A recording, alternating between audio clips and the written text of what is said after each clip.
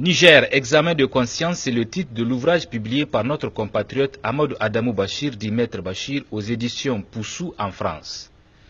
Amadou Adamou Bachir est juriste, constitutionnaliste, doctorant en droit public, maître de recherche au Centre de droit politique comparé à Toulon. À travers l'essai politique qu'il présente ce matin au public, c'est un véritable réquisitoire sur la classe politique nigérienne qui l'a inspiré du fait de la situation de l'heure. L'auteur a tenu à dire tout haut ce que les autres disent tout bas. Je crois que c'est un ouvrage dont le titre est beaucoup plus révélateur que provocateur. C'est en réalité un ouvrage qui se base sur des faits, sur des constats factuels. Donc vous savez, dans un Niger quand même toujours en proie à des crises politiques, à des tensions sociales évidentes, et puis depuis peu à une crise sécuritaire.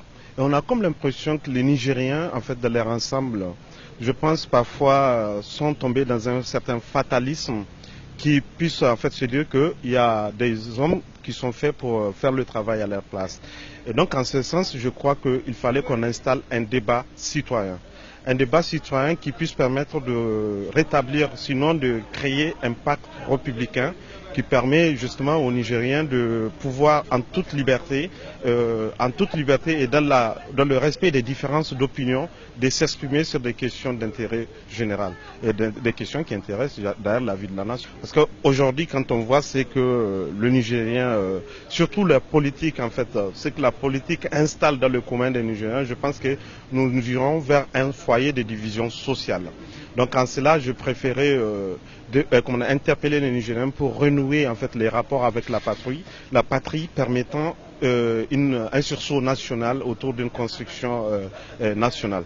L'ouvrage est conçu en 162 pages et 7 chapitres à travers lesquels il évoque la responsabilité de la presse, il interpelle la jeunesse, dénonce le mensonge politique, l'abus de pouvoir, la corruption pour ne citer que cela. Des lecteurs apprécient. L'examen de conscience, comme il est dit, dès qu'on parle d'examen de conscience, c'est que ça veut dire que quelque part il y a quelque chose qui ne va pas et qu'il faut poser un diagnostic. Et l'auteur lui-même le dit, quelque part, c'est un essai politique qu'il a fait, juste pour susciter le débat. Ceux qui sont d'accord avec lui, bon, trouveront leur créneau, et ceux qui ne sont pas d'accord vont essayer d'apporter aussi leur pierre à l'édifice, et comme ça, quand même, comme nous sommes en démocratie, je pense que quand on lance des idées pareilles, ça permet quand même à chacun de se faire sa propre opinion sur la conduite par exemple des affaires de l'État chez nous. Donc c'est en cela que je dis que c'est un bon ouvrage et que ça mérite d'être lu. Le mot provocateur me gêne, c'est qu'il dit les choses telles qu'il les perçoit lui en tant que citoyen, et je crois que c'est son droit. Parce que c'est que je dis généralement aux gens ici chez nous, les citoyens n'ont pas droit à la parole. Lui, il a su saisir d'autres créneaux pour se faire entendre. Et je crois que c'est en cela que j'apprécie sa démarche. Je le conseillerais à tout le monde, surtout à la classe politique, c'est à elle-même de faire son propre examen de conscience. La vérité est si obscurcie en ces temps et le mensonge si établi qu'à moins d'aimer la vérité, on ne saurait la reconnaître. C'est une citation de Blaise Pascal. Et comme j'ai eu un séjour clermontois, je peux admirer cela.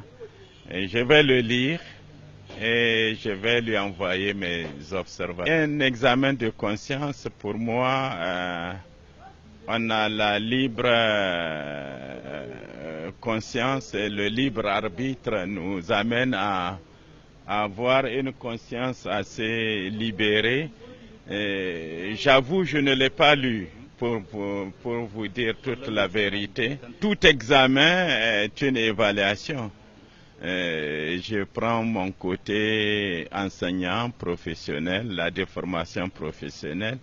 Quand on examine quelque chose, c'est pour pouvoir découvrir les bons et les mauvais côtés et puis s'affranchir des choses qui nous accablent et puis de s'orienter vers d'autres choses qui sont un peu plus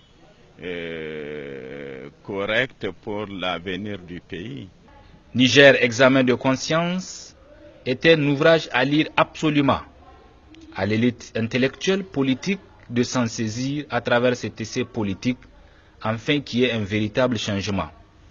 Au-delà de ces interrogations qu'il pose et de la responsabilité de chacun vis-à-vis de ce pays qu'est le Niger, chacun a des devoirs, car une prise de conscience s'impose pour un changement véritable au Niger.